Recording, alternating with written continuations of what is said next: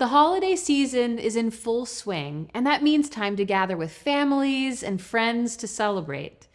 Since those celebrations often center around food, those with diabetes or other chronic conditions may have anxiety around holiday gatherings. Today, I'm looking forward to speaking with registered dietitian Sophia Friedeborn at Trinity Health Mid-Atlantic, who will share some tips on how to eat healthy this holiday season.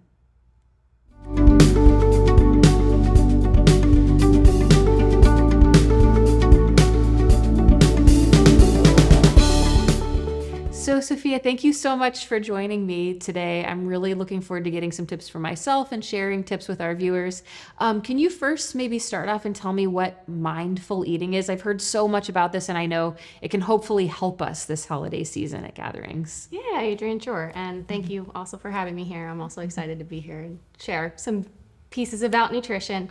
Awesome. Mindful eating is really a practice that helps us to reconnect to food in a meaningful way.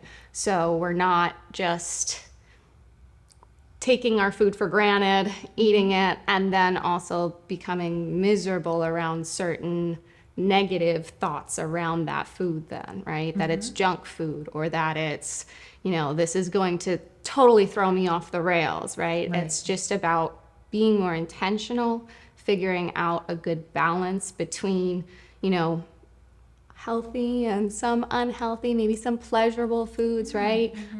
Food is really complex, and a lot of people don't always have the best relationships with food. Absolutely. So it's also kind of about building a better relationship with the food that we're eating. Sure. And I know that can be particularly challenging during the holidays because everything seems to be centered around food.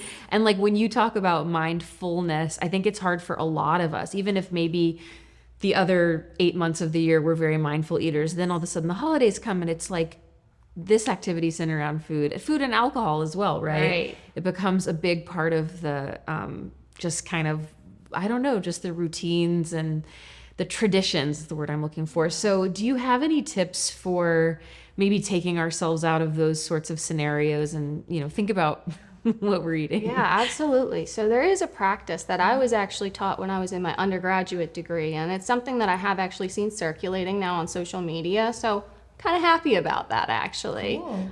But it's a practice where when you sit down for the table, either with friends, family, or even with yourself, you think about all the people that it took to get this food to your plate.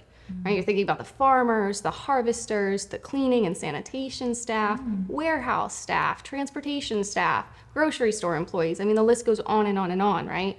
And when you think about how massive that is, right, it really helps you to be even more grateful for the food that's nourishing you at that time. And also seeing that food as being something that's nourishing you and not just something I'm eating, right? Like shoveled in and exactly. It is nourishment, right? It's what's providing our bodies with the energy that we need to go on a walk after, right? Or maybe, maybe not even going on a walk, but also our brains, right? Our brains require nourishment to properly function. So that's something to think about too. You mentioned going on a walk. Would you encourage that maybe that's something that we, like, say we're on a fitness regime, like we're trying to get healthier, looking towards the next year, like how can we incorporate our families into more healthy practices? Definitely. I mean, holidays too are such a great time to kind of start up maybe some new traditions. And those are the times that we're together with our family most often, right? Some people don't have chances to be with their families outside of holidays. So holidays are a great way to encourage your family to kind of get up and do something together, right? Whether it's like a dance off or, maybe it is a 10-minute walk around the block post Thanksgiving dinner, right?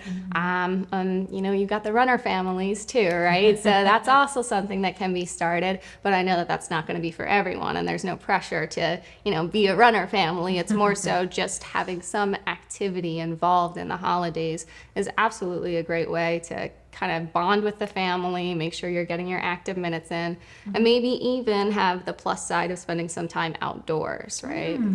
That fresh air. I know, you're inspiring me. Maybe this is our year that we'll do the turkey trot. Those are so motivating. It's not for everyone, but it can be a lot of fun. Some people have a great time doing it, so I always say, until you try it, don't knock Don't it. knock it till you try it. I love that.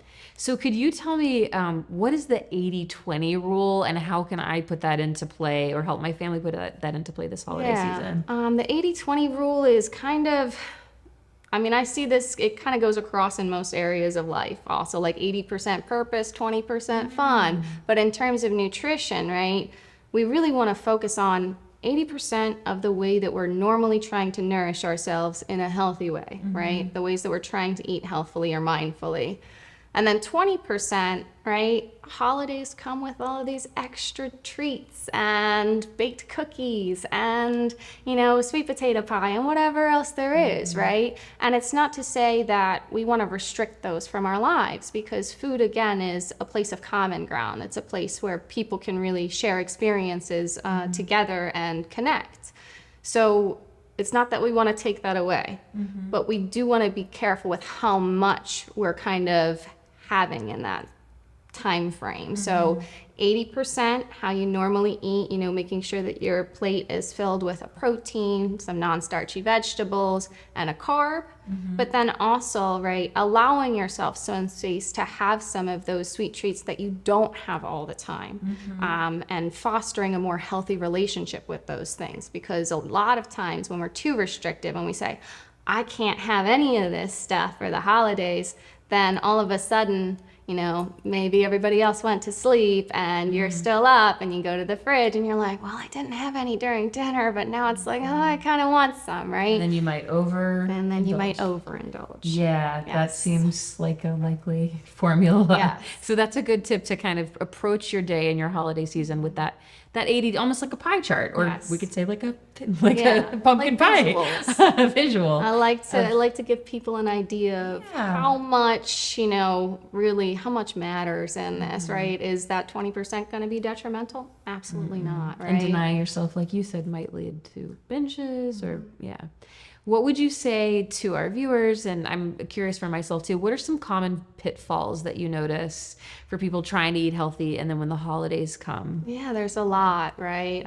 There's more temptations around during the holidays. There tend to be more gatherings where there's food offered at events, and maybe that food doesn't fit into the current diet that you're following, which I'm not necessarily saying I recommend people follow regimented diets or specific diets, but your own dietary pattern, right? What matters in your lifestyle. And so there's always that extra temptation. People are going to parties that have those long buffet tables with endless amounts of things that you can try, right? And we can try them, right? But we don't want to overdo it. So I recommend for, stimulus control purposes, maybe you stand away from the buffet table. Maybe you bring your own healthy snack with, and maybe you also share it with others and say, I'm doing this whole new healthy kick or something, and I feel really good about this, right? Being an influence and showing other people how some of those healthy changes that you've maybe made to your lifestyle already have helped you feel better. Yeah. And so that's one thing, right?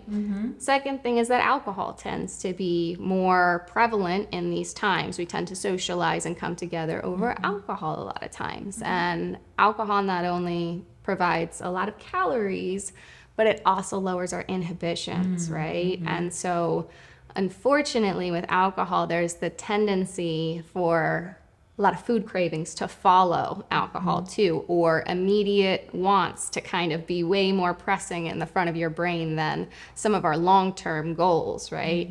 And so we kind of can easily start to forget about some of the reasons why we're trying to eat in a certain way, or why it's important that we maintain some of our dietary patterns.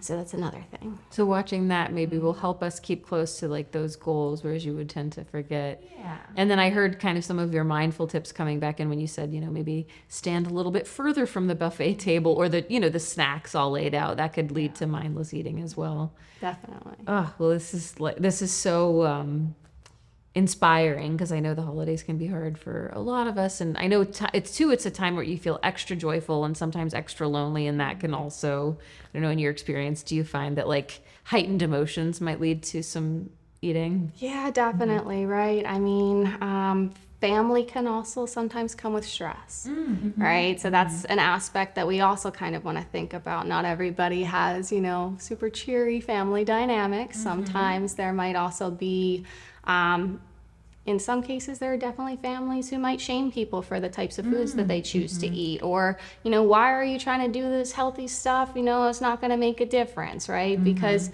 they might be set in some of their ways. So I think that it's also important to recognize that we are all individuals and we get to make our own food choices. And obviously influence happens, right?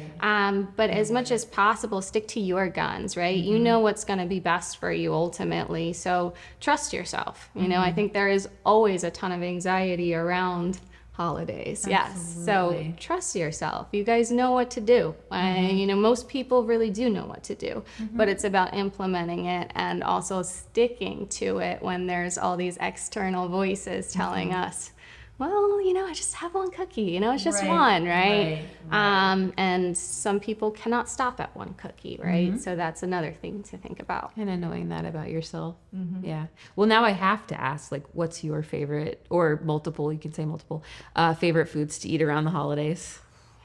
So I come from a German family, and we always have dumplings and red cabbage. And I love dumplings and red cabbage. So they're German dumplings, potato dumplings, I guess you would say. I didn't want to confuse people because there's the Asian dumplings as well. Absolutely. Very different cuisine.